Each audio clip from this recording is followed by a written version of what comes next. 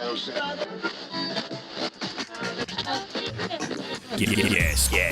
who got brands talking? Brandlive.co.za. Come back to the Geeks Connect radio show. As you can see today, this is definitely not Diani. Hey guys. Diani is not here today, but I'm riding with Obi today. We'll do an intro into Obi. So T is in Cape Town for the CISO Alliance event that side. So shout out to TY is on that side. But yeah, we got the ready for the show. Obi? What's up, man? What's up, man? Can you just tell us who's Obi? That's such a difficult question to say. Where do I start? So, Obi is... People with hectic bios and all stuff, you know, they don't know where to start. I didn't take my CV out today. Obi is a digital enthusiastic individual. Yeah. Everything digital marketing. I work for the University of Johannesburg as one of the digital marketers and also one of a consultant on businesses on the side. Yeah. Awesome. So that's an intro from Obi. We're gonna dive into more about some of the stuff that he does. He plays some really cool, does some really cool stuff with drones as well. So we'll touch base on that later on. But maybe for starters, let's just do a bit of a quick roundup in terms of what's been happening in the tech space. As mentioned, T is currently in Cape Town on Geekcation, as he calls it. So he's enjoying himself in Cape Town, but also attending the CISO Alliance event, security event that side. Yesterday, I was at Facebook. You asked me about what happened at Facebook. I'll tell you guys what was that all about. And just a couple of things in the pipeline. On Monday, I went to a YES event. So this is a Youth Africa. I hope they're not listening. It's an event basically of young entrepreneurs. There's a couple of young entrepreneurs that came through to South Africa in partnership with Accenture. So we attended a dinner for the event, and it was just all about young people networking, sharing ideas. But at the same time, some of them had an opportunity to pitch their businesses. So got to hear a couple of business concepts, and I must say that it's quite interesting what's happening on the continent in terms of what guys are doing in terms of their businesses, innovation, and how people are trying to solve problems. Do you have any good products that you've come across lately? Or great innovations that you've come across lately? Lately, no. I mean, I'm still in awe over the drone situation that is actually happening in Rwanda. That's kind of really, really beautiful because you say the drone? Yeah, there's a drone company. I think it's called Zipper or something. Yeah. So what they do is they use drones to actually go drop off medication in different parts of Rwanda. And now the thing about Rwanda is the topography or the landscape is a bit difficult for cars to get there. So what they literally do is they fly the drone. Actually, they locate the drone to a specific area so it can be a drop off. So they put your medication in that box and the drone goes and drops the medication and flies back.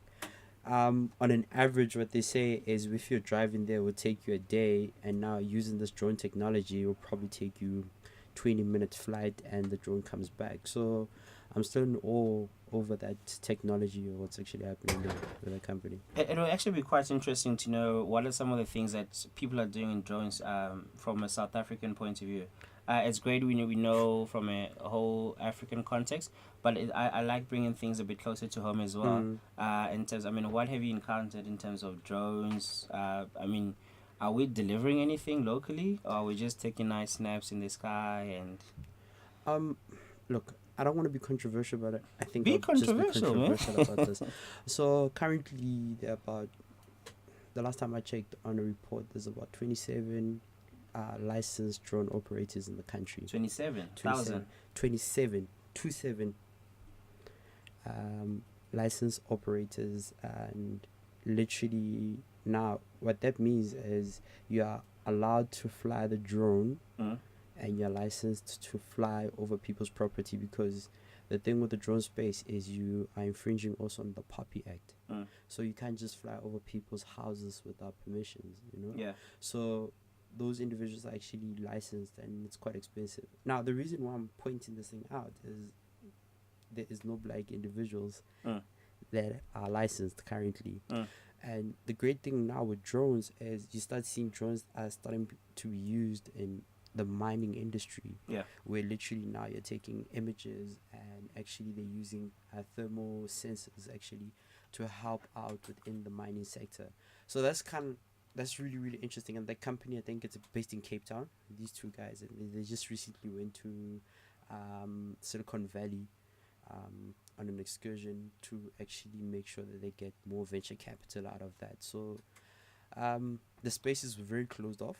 But why are we struggling? What is the process in terms of, or maybe can you just share us what's the process in terms of registering a drone? So if I feel like going and I just go buy a drone now, I mean I want to fly the thing, that's how I want to buy it. It's really cool. Firstly, you mentioned why we are restricted with the Poppy Act. Yeah. But why is it such a process? What goes down in terms of registering to fly a drone? From a personal experience, the one big thing is accessibility when it comes to the money aspect of it, because this thing is not free. You're looking to spend a couple of thousands, Roughly? roughly the Minimum. minimum. Some of the quotations we've got with 27K. Yeah. Even a driver's license is not that expensive. So 27K. Then from there on, it's renewable every year. Yeah. That's one of the big things. And number two also is once you've gotten that license, okay, who else is gonna trust you saying that you can fly these things? Because it's a very expensive hobby. We need to take into consideration. This is not golf. Sometimes like the thermal machines are quite expensive. Getting into different areas is quite expensive, so it's a very very expensive hobby. From a personal experience, throughout what other people are experiencing, I can't really say, but from our experience, especially with a young brand that we're trying to push, those are some of the challenges that we faced up as a drone company. All right. So to everybody out there who's listening, and if you've got a drone and you're flying it illegally, do let us know. Do let us know what are some of the challenges you face in terms of restrictions to flying drones, or have you ever been caught? Have you ever? Yeah, that would be interesting to know. If anyone has, are you laughing? Have you ever been caught, dude? Yeah, I can't say that on radio, man. No, well, it's in the past. It's in the past. We've been put down a couple of times. Yeah. By fire marshals, metro police, and you do understand, because, as I said, it's also invading people's space, because that's the one thing people don't get, that you are actually invading people's spaces when you're flying the drone, especially within the urban city. Everything is quite clustered. Yeah. So when you're flying the drone, you are going to be passing someone's house or something, and that's not allowed. But tell me the process of being caught. Like, they came to you and said, "What? Oh, that thing that you're flying at there needs to." Do you have a come back." license? And Like, how do they find it to out it to you?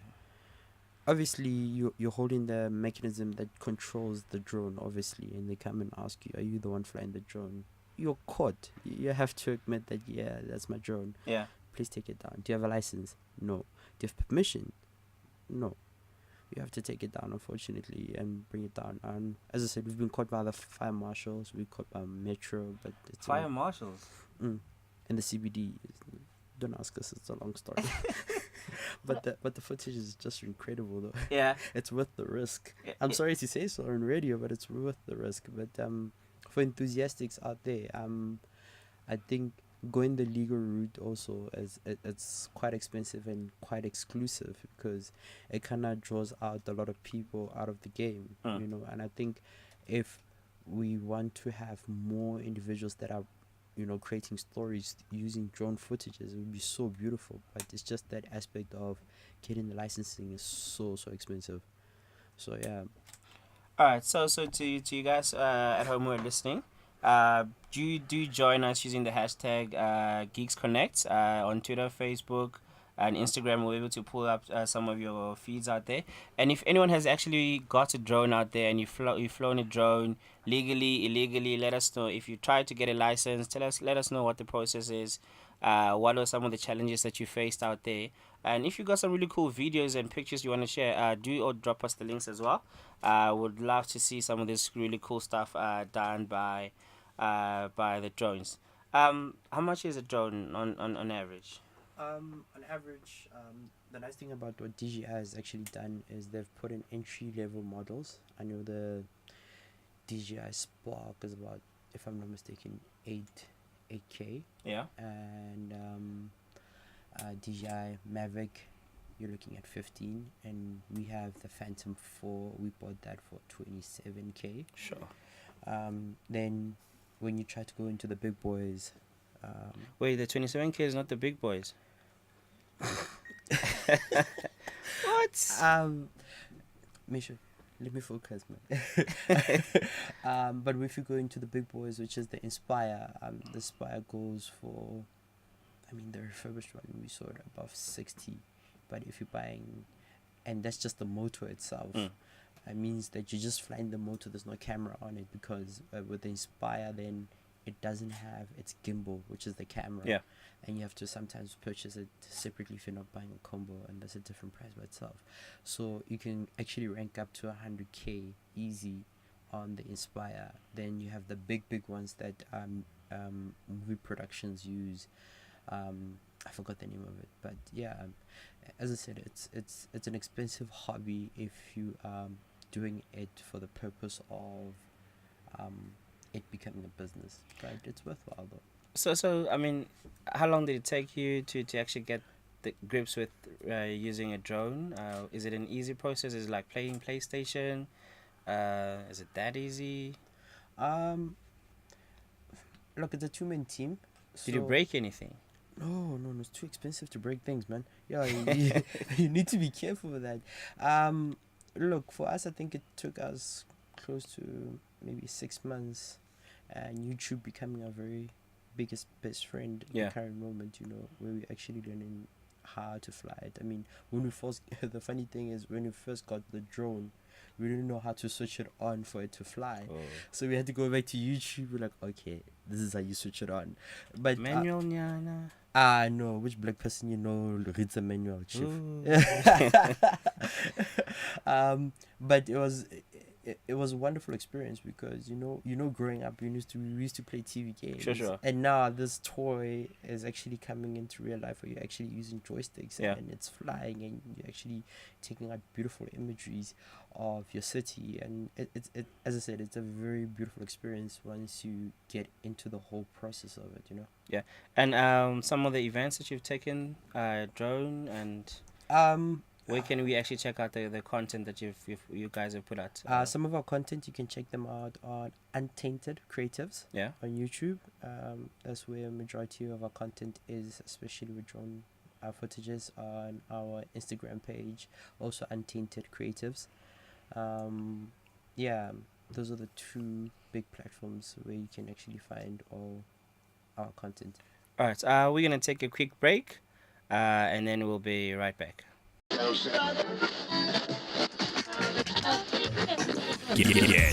Guess who got brands talking? Brandlive.co.za.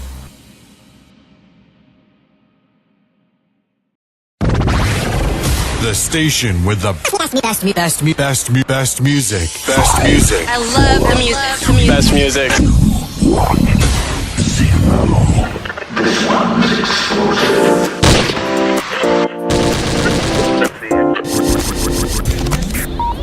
Brandlive.co.za. Lunatic, cause I do what I want, and I get what I want when I want it. Life can be so ordinary. Boy meets girl, they said, "Oh, make a baby." Brandlive.co.za. Welcome back. Welcome back. Our technician there was just doing some bit of DJing for us a little bit, having a good time. So one of the things I want to talk about is later on we're going to talk about, since it's the end of the month, we're going to talk about social media, basically in the digital marketing space. That's another area that you play in. So we're going to have a chat around that as part of the way we run the show on the last Thursday of the month. We touch a bit on social media, so just brace yourself for something like that. Shout out to the guys in Northern Cape. They'll be having a hackathon on the 20th to the 21st of July. It's an open data hackathon focusing on spatial transformation challenge. It's a spatial transformation challenge. I just saw something very interesting on the website. So do check it out. NC Dev Ecosystem. If you're in Kimberley, if you're Northern Cape, if you want, actually, I've come across a couple of people who want to take part in the hackathon. Guys, we're not able to provide transport for you guys to go to the hackathon. If you are from the Joburg or whichever area you are from, we can give you directions. We can give you the different options you can use in terms of going that side. And then there will be vacation work starting early June in Kimberley, in Northern Cape as well. So do brace yourself for that. Going back to just to wrap up on the drones, right? Why did you jump into drones? I mean, there's a lot of other stuff you could have done. Why drones? Okay, definitely with the golf, we can't afford it. I keep on going back to golf. Yeah. But Shame, man. One day you'll be able to afford golf. Hey, man, those golf clubs, man, they hurt my heart. But the reason why we jumped into drones is we wanted to start telling a different story. Yeah. Because at the current moment, in that particular situation, we started realizing, okay, everybody's doing videos. Okay, cool. Everybody's doing images. Okay, cool. But no one is actually doing actual drone footage and actually capturing where they're coming from and how they're translating different stories of where they come from. So it was the whole purpose of us actually jumping into purchasing a drone and actually going into the drone business is to actually, start storytelling about where you come from, a different point of view of where you come from, but using aerial footage, because the aerial footage sometimes we see is from a helicopter and it's usually most of the time negative stories. Sure. But there's never positive stories where we see drone imageries that are actually portraying where you're coming from in a very positive light. So it came into the conversation with my business partner. And the funny thing with the business partner is I stalked him for 2 weeks. Stalker. Ruth, where you are? Here's another stalker as your friend. No, I stalked him for 2 weeks, trying to convince him that, let's just purchase this thing. And we sat down, had a couple of drinks, and we decided, okay, cool, let's just go into this. Yeah. So that's how it actually came about, is about storytelling. That's why we went into the whole drone business. All right. So I mean, with the foot, I've never used a drone with a camera. Do you need, like, to know how to handle a camera to actually do that, or you just press a button? Is it the same thing? Are you able to be creative as you would be with a camera? Because I mean, for me, it's just the drone is up in the air. Yeah. And how do you visualize it? How does it work? And do you need that type of skills to actually manage the camera on a drone? It's still the same as a DSLR. Yeah. But from a higher point of view. If you're shooting people from a high pointage view, it's all about what you see at the current moment and how you visualize it as a person who's trying to tell the story. The reason why I keep on going back into storytelling is it's kind of pointless when you're just shooting. What are you trying to translate from that image? So in terms of the beautiful technologies that we have with DSLRs and drone cameras that are becoming smart, is you can actually put it on auto and it does everything. Yeah. But if you want to go into the nitty-gritties of what you're actually looking for in terms of the static, in terms of what of the imagery specs that you're looking at, the exposure that you're looking at, then it's a different thing that you can put the actual program on actual manual. So it becomes quite beautiful depending on what you're looking for. And to some kid out there who can't afford the drone, where can they actually go to learn more about the drone and play around with the drone? I mean, are there opportunities? I mean, we're seeing a lot of opportunities in terms of coding springing up right? But maybe from a different view, like, where can I find a place to actually go learn on how to fly a drone, or a place where I can actually learn more about drones? Is there a particular place besides YouTube? It's quite painful and hurtful to say this, but there is no place actually currently where you can actually go and learn to go and play with a drone. Yeah. If luckily the companies do feel like it and actually providing drones, allowing you to fly with it, then there's a different ball game. Mm. But the thing is, what we're trying to do also, we're trying to get into that space where we're owning our own and not depending on hiring stuff, Yeah. and getting it from other sources. We're owning our own equipment, we're owning our own drones, that tomorrow, if we're saying, okay, if you're a kid and you want to use this thing, come through, fly it a bit, get the gist of it. But now at the current moment, there are no spaces where kids who are quite interested to go and use the drone, they can go and actually go. Unfortunately not.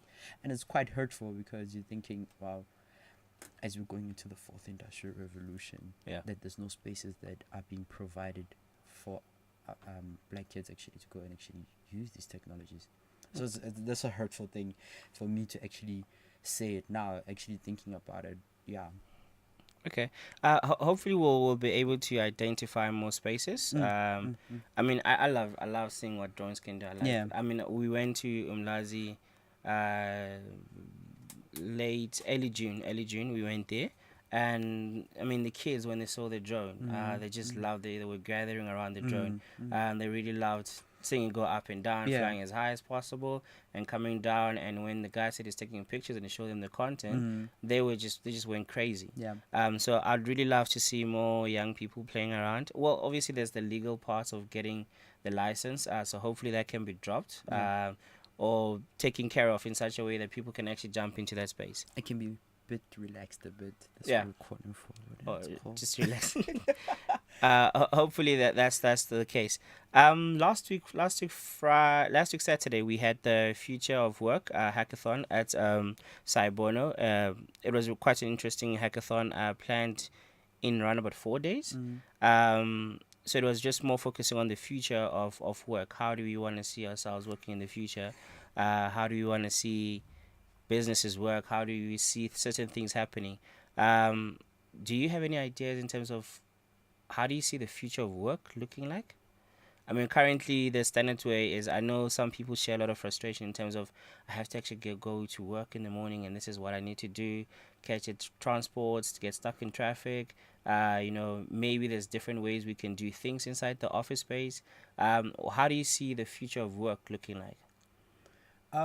Look, the more you read in terms of what the global north is doing in terms of the future of work, they're becoming more relaxed. It's kind of pointless if your human capital is overworked and frustrated, meaning that they cannot output enough or even the best quality. Yeah. That's why you see places like your Google have things that are not normally seen on a daily basis, like having cushy couches, making you those treadmills when you can run and code at the same time. But the future of work, I mean, there's a lot of facets to look at it. The future of work is going to be actually engulfed so much within the fourth industrial revolution of what's going to be happening in looking at productivity. Specifically productivity, where we're saying we're trying to make everything so efficient. And I think that's what scares a lot of people when we talk about the fourth industrial revolution. But it's about efficiency. That's where the future of work is going. We're moving to efficiency, especially looking at what we're currently using in the technology of things. Yeah. All right, that's actually quite an interesting comment. I like the fact that you mentioned efficiency, because I believe that's one of the key things in terms of, for me, it doesn't matter where you're working from. It doesn't matter what tools you're using. Exactly. I mean, it's all about, are we able to collaborate wherever we are? Are we able to deliver whatever work we need to deliver as efficient, as you said, as possible? And I think that's going to be a key thing. So whether we're going into smart offices or whatever out there might be, I think one of the most key thing is efficiency. And if there's no efficiency, for me, it just messes up everything. Yeah, because nowadays, I mean, bums on the seat does not count anymore. You can sit in 9 hours worth of work and only produce with 4 hours worth of work. Yeah. So when you're looking at it from a human capital point of view, is that enough efficiency in terms of output? No. So you end up sitting but then we're wasting money. Yeah. And that's looking from a literally a business point of view. But if you're able to move around and you're able to make sure that work is delivered more efficiently, and also your workforce is delivering the work at the highest output, because maybe you're providing maybe flexible hours, or maybe you're providing workspace that is quite comfortable, then it's a different ball game, you know. And a lot of companies are a bit scared because they want to see Misho actually sitting on the desk, and Misho's on YouTube. You know, like does that count? Does that actually make sense of having Misho for 8-9 hours sitting on his desk whilst he could be around all over the show and still produce the highest output? That's another argument that we still have to look at. Yeah. But efficiency is the most important thing. All right. So what are you gonna do? You're gonna take just a quick long break, and we try to work on something very quickly.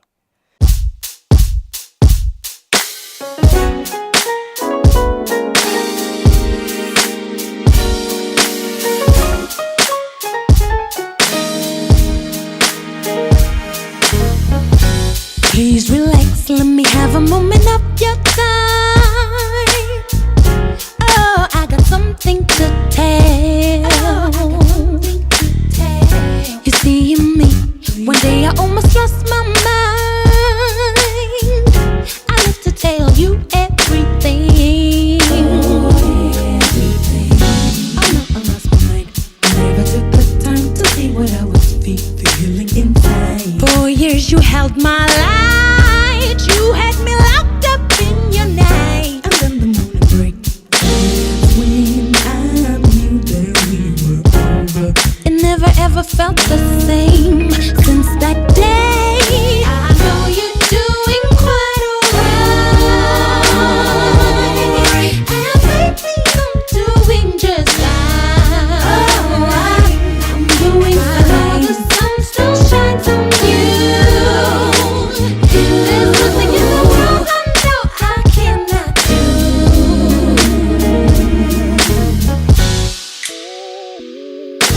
So full, I see that diving into my soul, and you didn't even care to know how tarnished I felt. See, your problem is I understand me more than you know. All you wanted was a backseat. Can you pull me by the right beat? Play cheap.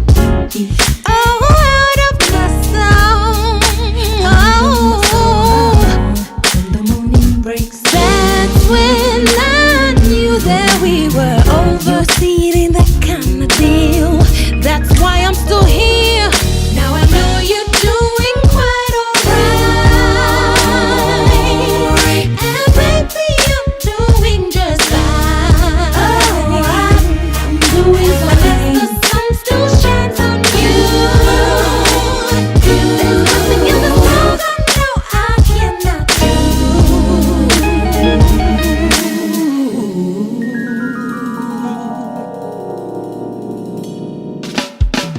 I was nothing but a little girl. First encounter with the spot where man, it ruled my world. Later on, it came to be. You inspire me every day. Even all of my pain, I watch you take away. You're so supreme. Without you in my world, I don't know where I would be. Look at me, strong grown woman living gracefully. So happy, you could tell that God has been good to me. I've come to be more than what they said that I would never be. They doubted me, didn't want later, I'm living my dream. I'm living my dream. Hey, they can take that away and they can mess with me. Ain't nothing in the world I cannot do.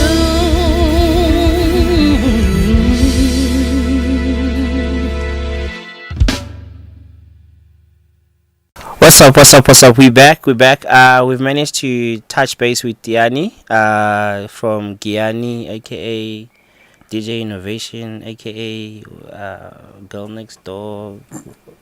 Yeah. T. Hi. Hi, T. How are you, You man? did just call me the girl next door.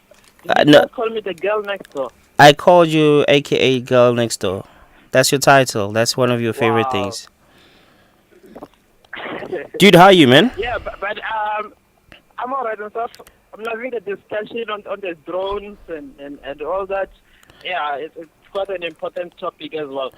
Yeah, something we don't talk a lot about. I mean, people are just flying drones. We won't mention names out there without big legal. But it's good to know that there's actually a process into these things. Tell us, man, what's happening outside? What are you doing in Cape Town besides, are you vacationing or geek-cationing? I'm geekcationing in Cape Town, just taking a little break. You know, it's a geekcation, so checking out some technological spaces in Cape Town. I checked out the VA waterfront. It's quite a nice space to be in. There's nice coffee, entrepreneurs going on with their businesses and all that. All right. But yesterday I attended the CISO Alliances. So CISO Alliances is Chief Information Security Officer alliances. So it was a mixture of industry leaders talking security within their organizations and what are some of the best strategies and best practices in terms of setting one's security operations center. So there was an interesting discussion on that. I also give a talk as well. Nice. And then today, they are hosting the Chief Information Officer Alliances. So it's quite an interesting one as well. We've got Huawei, who is giving the case study in terms of what has been happening in the industry and how does a Chief Information Officer has to look like in 2018. What is their role? What capabilities should they be looking at? And how does one go about managing change within the organization? All right. So, can you give us some of the highlights or things that stood out for you from yesterday, or even today? But some of the things that you feel the geek community needs to know in terms of the highlights. Well, obviously, mostly is on security. But what are some of the things that stood out for you? Okay, so I'll just start off with what has been happening today. There was a question that was put out in terms of did South Africa reach the point of the digital disruption? You know, since 2013 we had been talking disruption. But at what point do we have to say that we have reached that point, that niche, where we can say that we have disrupted the industry? So we decided a new definition today, or rather a new angle in terms of how does disruption look like. So they say that disruption should be the point where you have actually realized the new market in terms of what the market must go, and along with that, you need to be making sure that as much as you go through this change, you need to have the employee experience. So your employees in the organization have to understand the product. They have to be the consumers of the product that you want to give out to the users. Yeah, so a lot of things are happening. We are just learning more on the digital transformation as well, and it's exciting to see what large organizations are doing. We've got the CIOs of Woolworths, Allen and Gray, your Department of Labor, and also government officials as well, just taking us through how do they go about managing change within the organization in this year, or rather this bubble of the fourth industrial revolution. Sounds like it's a jam-packed event. Should we expect a blog from you? I'll think about it after the geekcation. After the geekation. Yeah. Alright, no man, enjoy yourself in Cape Town. Don't come back. Stay that side. See you next year. All right, cheers. Alright, cool, See man. you, maybe next day, yeah. Yeah. All right, so ladies and gents, that's T from Cape Town, attending the CISO Alliance event that side, telling us a little bit about some of the highlights that he went through, they're going through that side, in terms of security, which has become a very, very major thing. Let's talk a little bit about social media, right? We're just going to change a little bit. What are your hates on social media? Yeah. What don't you like about the current state of social media? There's a lot actually. Negativity. Yeah. Negativity is something that will force you to go into forced sabbatical, because sometimes even if you are doing something great, there are some individuals that feel that they have to troll on you or something. Yeah. The negativity is a bit high, and do I blame people? Maybe not, because maybe people are a bit frustrated, and but you have no right to actually go about and cyberbully a lot of people. So cyberbullying is something which is quite pivotal, you know, because we've heard of cases where people actually have committed suicide, because of cyberbullying, and nobody talks about this, you know. Number two is the access of data. I know we've spoken about this, and you know, something hit me yesterday. Well, when you talk about the access of data, what type of data are you talking about? Maybe can you just elaborate a bit on that? When I talk about access of data is, I want to know, I'm doing all this great work, who's looking at it, who's engaging with it, and you find most of these platforms only kind of show you the sugar-coated aspect of it, and not.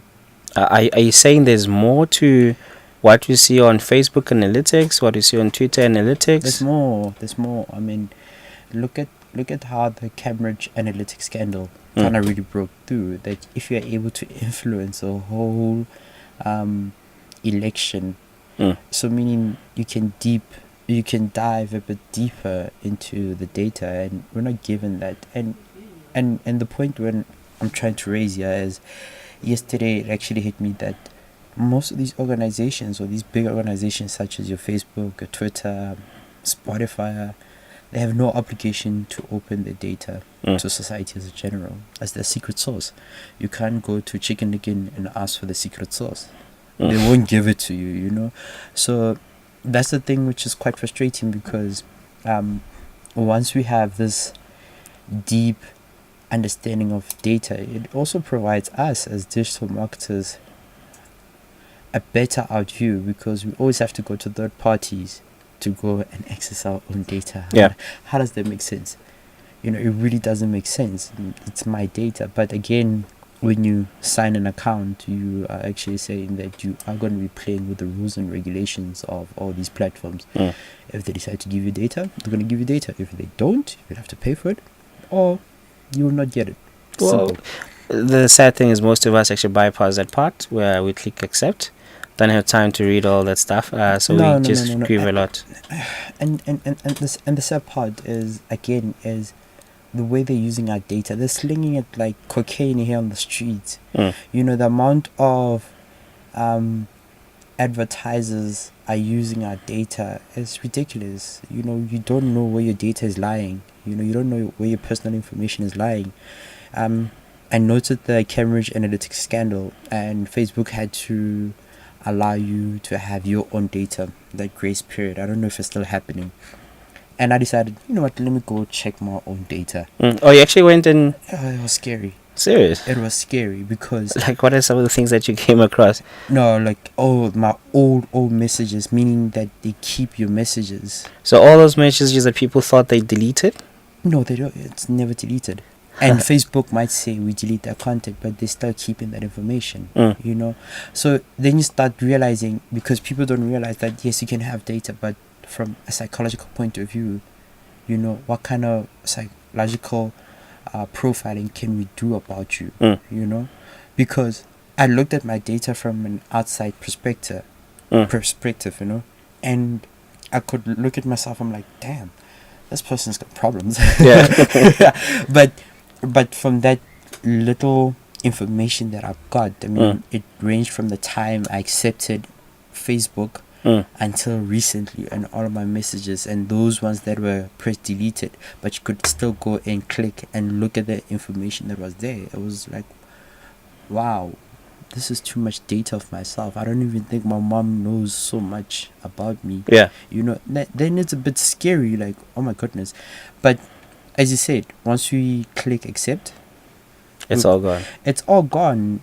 Whatever you say into the internet, it's owned by the internet, and that's scary. I think we must in future bring in Doreen Mgwena from Zagna to tell us more about what really goes down in terms of this data, because she plays around and does a lot of research in terms of the Poppy Act. She does a lot of research on that. So I've been having this conversation with someone in terms of the future of social media. What do you think the future of social media looks like? What's happening? What are the new things so that we should be looking into? Should we be paying attention to all these platforms? Is there anything specific? What does the future of social media look for us young people consuming it, and also for your businesses out there? What does the future of social media? So the ironic thing about social media is the global north, Europe, the States, and other places really set up the benchmark. And then the global south catches up a bit later. So the global north is saying audio, podcast is the new future, and video is going to start downscaling. So meaning people are not going to be viewing much on video. Serious? Yeah. That's quite interesting. And the big push is now audio podcast, audio, Alexa, Google search, and stuff like that. And the ironic part with the global south, we tend to catch up a bit later, a year or two. So it becomes very difficult of saying, okay, in the meantime, what happens with the global south perspective of where we're going with social media? If we're saying what's going to be happening in the global south, are we now going to be fully catching up on video? That's the question we need to look at, because now we're seeing a lot of people now not being scared now to open up YouTube channels. Sure. And now vlogging. You know, I've seen a lot of kids now actually are vlogging. Like now it's their daily life. They vlog. You know. The other big thing was Instagram videos. A lot of kids are also now on Instagram videos. You've seen big companies also. Funny enough, they said Snapchat was gonna fall. Snapchat is picking up also a bit. I mean, I've seen FMB actually now putting money in doing advertising when you Snapchat, you know. Interesting. So it tends to be a very difficult prediction of where social media is going to go when you take in two worlds and you try to fit the South African context within it. But what we keep on seeing with the South African context is, or the global South perspective, because we need to encompass the other big players also within the region also, you know, as yes, we've seen the rise of video, which is YouTube. They need to relax their rules also. YouTube, they need to relax their rules. Yeah, I saw a couple of YouTubers complaining about in terms of the rules and the way things have changed around YouTube. Yeah, I mean the program, the rewards program, it tends to be a bit difficult because it's not easy for us to break into those marks. There are a couple of people that actually have broken into the rewards program, and that's nice. But for the general society, it tends to be a bit difficult because getting over 1,000 subs is not easy. And when I talk about subs, I'm talking about subscribers. It's not very easy. You need to be consistent as hell, you know, and that's a different thing. The other rise that I'm seeing, which is quite beautiful, is actually podcasts. You laugh. As podcast where you're seeing now a lot of people coming up with a different aspect and different outlooks on their stories, and which is quite great, because I feel as Africans we're about storytelling. We want to tell a story, and actually when you think people are not listening, they're actually listening. They want to hear what your opinion is about. Yesterday I was listening to these new girls on the block, chocolate butter or something, I don't know, and I was listening to them. They were swearing a lot, but I ended up finishing up a whole hour listening because I wanted to hear what the story was, and that's who we are. We're all about storytelling. We're all about wanting to know what is going to be the final outcome of the story, and podcast is not picking up quite fast, especially in South Africa. Ironically, podcasts pick up more if it's a music podcast and mixes and stuff like that than it is when it's actual talk conversation. Then that's a different ball game. So those are the little few pointers that I've picked up between 2017, 2018, heading into 2019. Yeah, it'll be interesting where things are heading at. Talking about moving. There's an app that I want you guys to check out. Just to do a quick app review. It's called Droppa, Droppa. So you can check it out on droppa.co.za. So Droppa is for you guys who are moving around, relocating, want furniture to be moved up and down. So Droppa can actually do that for you. So it's simple, efficient, and easy. Get your goods delivered in easy steps. You can get an instant code from them. You can make a booking. There's different trucks ready to pick your stuff up. So you can check it out on the website, and you can also check the app out. And they actually do, if you're moving this month, there's a promo that they're running. So you can use a promo code June18 and get 100 Rand off or your next move. So if you use a promo code June18, Juno, actually Juno 18, and you can get 100 Rand off from your next move. So if you are planning on moving this month, Dropper is a platform I do recommend to check it out. And just as a way of wrapping up in terms of what's coming up this week, this weekend, tonight, there's not tonight, this coming weekend, we have Red Bull Basement Hatch happening in Joburg. I'm actually quite excited about it in terms of the lineup that's there. We'll be talking about AI, VR. We'll be talking about the fourth industrial revolution, unpacking it and really understanding what is the fuss about this thing. We'll have a couple of females talking about the revolution and women within the tech space, and telling us what's next for them. We'll be talking about funding, the opportunities there, the challenges there, and the other nice parts at the end. We'll have breakaway sessions where guys will be able to showcase what is it that they've worked on. But for all those who are coming through, you can actually get to learn how to build a chatbot. You can learn how to build a quick data science project. We'll be having a workshop on machine learning. So you guys should bring your laptops and come through. So it's going to be a jammed-packed Saturday at Tumulukhong. We kick off at 10 until 4. So yeah, it's going to be really interesting. What are you currently reading? I hate reading. You hate reading? I hate reading. Actually, not books, but I'm more of articles. I'm a big article fan. And which platform do you mostly go to? Bloomer, yeah. Bloomberg, that's one. I hate to say this, but Gary V's, some of his content is quite Gary V is the man. Yeah, I hate him because he tells the truth most of the time. So yeah, you end up like, oh, I should have said that. Yeah, kind of thing. Also TechCrunch. TechCrunch is also when you want to get what's actually happening, especially in the space of social media, because most of the stuff they do the reviews there first. So TechCrunch tends to be a bit nice.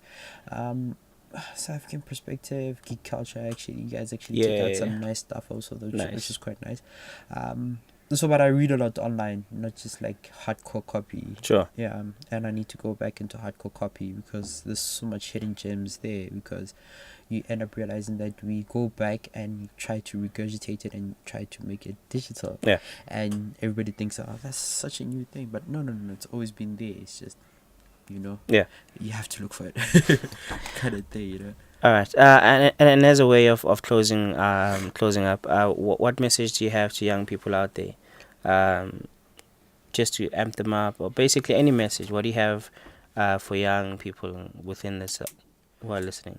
There's actually a few, man. Within the social media space, people need to not forget that when you are saying that you're a social media specialist, it's not about just posting something on Facebook and then classify yourself as a social media aspect. It's about you going and actually providing value for everybody that you're working for. Providing value in such a sense that your client needs to be happy, even not a client, but someone that is wanting to use this beautiful platform of ensuring that they can be seen. Try to provide value as much as you can. Number 2, continue learning, because this learning thing never stops. Sure. We might be working in digital marketing spaces right now, but I'm still a student. I'm still a student of wanting to learn new stuff. The learning never stops. The learning never stops. I mean, the content that we consume on a daily basis is ridiculous, If my internet bill were to come back, it's just ridiculous because we're always searching for new ways of doing things. Number 2, and actually this is going to go for all the entrepreneurs out there. Don't stop what you're doing, because what you're doing, you're actually doing a big justice for South Africa as a whole, because it means that if you work out, you're going to be creating jobs one day. So don't stop. Never stop. Always continue pushing. And that's some of the stuff that we are learning also as a young brand from Untainted Creatives, that you shouldn't stop, because there are people that are looking at you and trying to, say like, okay, these guys are part of us and they're doing something great. Then you start realizing it's more about money. It's bigger than money. It's bigger than just trying to get few cents. It's about the whole generation looking at you. So don't stop. Continue and work as hard as hell. So yeah, that's my departing message. Awesome. Some wise words there from Obi. I hope you guys do take note of the words. We're closing out. Thank you guys for listening to the Geeks Connect radio show. Tiana will be back next week. But in the meantime, save the date, 9 to 13 July in Prieska, Northern Cape. The Geek Culture VAC work is happening there. So if you're around the Northern Cape area and you want to get involved, do reach out to the NC Dev ecosystem guys, the leaders, Kristen, Keenan, Carlos, and the guys aside. Reach out and do get involved. Thanks for listening, and see you here. Chat to you guys next week. Harnessing the power of talk radio. Brandlive.co.za